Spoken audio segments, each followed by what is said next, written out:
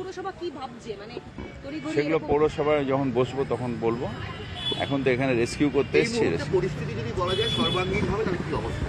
এই মুহূর্তে পরিস্থিতি হচ্ছে যে মানুষের যাদের বাড়িতে পাওয়া যাচ্ছিল না তাদের পুরো ফ্যামিলি, তাদের মেয়ে, তার স্ত্রীর বাড়িতে গেলাম, তাদের সাথে বসলাম। ওদের একটাই রিকোয়েস্ট যে রেস্কিউটা যেন বন্ধ, মানে রেস্কিউ অপারেশন যতক্ষণ না ওর বডিটা পাওয়া যায় যেন বন্ধ না হয়। রাত্রির দিকে যেন বন্ধ হয়ে গেছিলো। তো আমি বললাম না, আজ থেকে কর্পোরেশন যেহেতু করছে, ডে নাইট আমরা চালিয়ে যাবো যতক্ষণ না ওই বডিটা পাওয়া যাবে। যাকে পাওয়া যাচ্ছিল তার নাম নাম পরিচয় শেরু শেরু কি মানে এটা বলতে পারবো না। এখানেই থাকে, এক্ষুনি গেছিলাম ওনার বাড়িতে, এখানেই থাকে।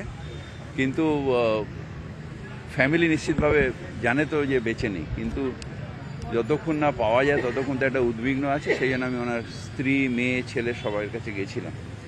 তো এই 24 ঘন্টা চলবে যতক্ষণ না ওই বডিটা পাওয়া যায়। ঠিক আছে, থ্যাংক ইউ। খুলে দাও